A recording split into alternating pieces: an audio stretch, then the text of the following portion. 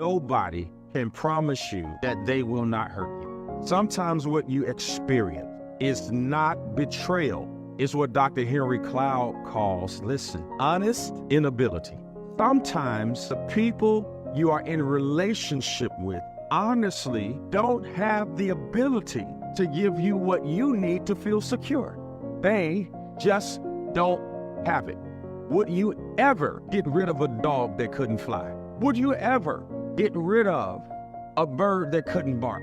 You see, sometimes our trust issues and trauma are based on the apparatus that we have expected something out of somebody that they never had to offer. And I need you to assess your life and find out, are you requiring something from somebody that they absolutely don't have the ability to deliver? Well, what a word, what a word. Grateful to Pastor Keon Henderson, fellow brother from Gary, Indiana. He represented us well with this one. And I love when I hear things like this that make me draw back to my experiences, draw back to my wisdom that I've shared with other people over the years, because being a 42-year-old man and having the opportunity to brush shoulders with different people, it's moments like this where you can draw back and remember things that you shared with individuals and ways that you try to encourage people yourself. And the source that he referenced called it honest inability. For decades, I've called it unrealistic expectations. And it's one of the leading causes of divorce. Because people tend to try to cite all kind of other things and everybody wants to claim they've been cheated on and this, that, other. And you know how far I go to debunk that whole term to begin with, because you're not a test, you're not a game. So you can only cheat those two things. And realistically speaking, I'm not going to even go into all of that. But I will say this. When you come into a relationship and you come into marriage, you look for opportunities to give your willingness, your service, and mature. And a lot of you have lost your opportunity to mature because you gave up so fast on something because of the way you expected, and it wasn't even in that person to do it. Call it unequally yoked, call it whatever you want to. I call it laziness in people.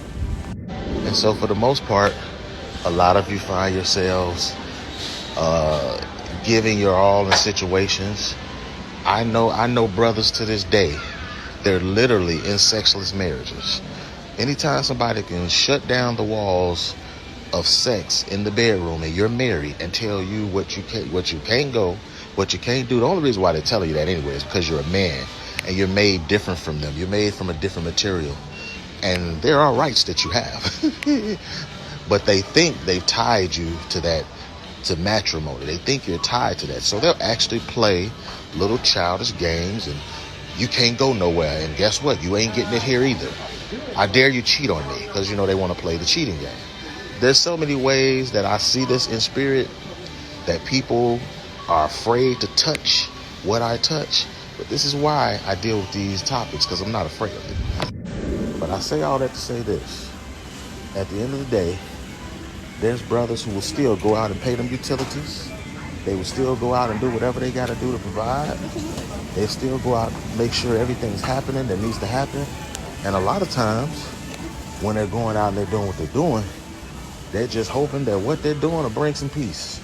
And they still can't get no peace. They still can't get her to come out of her attitude or whatever. And a lot of times, guess what? It ain't because he cheated. Somebody just got a bad attitude. Sometimes your spirit is just bad. And I've seen people like that. And they want to be able to play the victim because they can't fix what's wrong in themselves, yet they expect you to fix it. And this is where I talk about unrealistic expectations, because if you can't figure yourself out, how dare you try to put that on somebody else? But this is why I'm convinced that it's one of the leading causes of divorces. This was good. Listen, it's literally on you to get out here and make the best of each day that you are given. And you know my motto, relationships are not for lazy people. And I will advertise that until my end.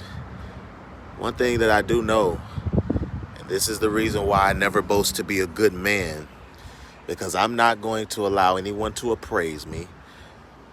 You know, the way that ladies will take you around all their friends and sit you in the middle of them and let them give their opinions when they're not even supposed to be getting any counsel from people that are their peers. The scriptures tell them to get their counsel from women that are 60 and upward. So with that in mind, that just lets you know how they move. And when it comes down to it, if somebody is going to appraise you, it should be you sitting in the midst of their parents, their father, their mother, people in their family who has credit enough to where they've trained them to be a wife. They can vouch for them. Train that young man to be a husband. He can vouch for him. You shouldn't be allowing yourself to be appraised by anybody that is not those individuals that I just named, who've been around you the most. But in this day and time, we do things the way we want to do them, and then we wonder why we get the results we get. And at the end of the day, you easily take yourself away from that measuring stick of trying to prove that you're good, when the only person who has the authority is the Most High to say whether you're good or not. You saw that in the scripture. Everything he created, he called it good. When he calls me good, it means a whole lot more than me calling myself good. And it should be the same way for each and every last one of us. This is why I don't say I'm a good man. I want him to say it. And the more you get an understanding of who you are in this world and what God put in you to fulfill your purpose in this earth, in this land, while you're here, for the moment that you're here, you'll learn that you're going to grow even stronger and stronger and more confident in who you are in him. And that will draw the people necessary to help push your purpose forward. And that will ensure even the more that the more you do that, the less lazy folk you will attract, or you should attract. Because lazy folks and relationships, they just don't go well together. And so, shout out to the pastor, Keon Henderson, who put this message forth. Shout out to everybody out there that's working vigilantly on who they are trying to become for the better, so that you are not putting your unrealistic expectations on people that might not be even capable, especially when you may not be capable of figuring out yourself. But I'm out. It's a beautiful day, and we're going to get out here. Baby.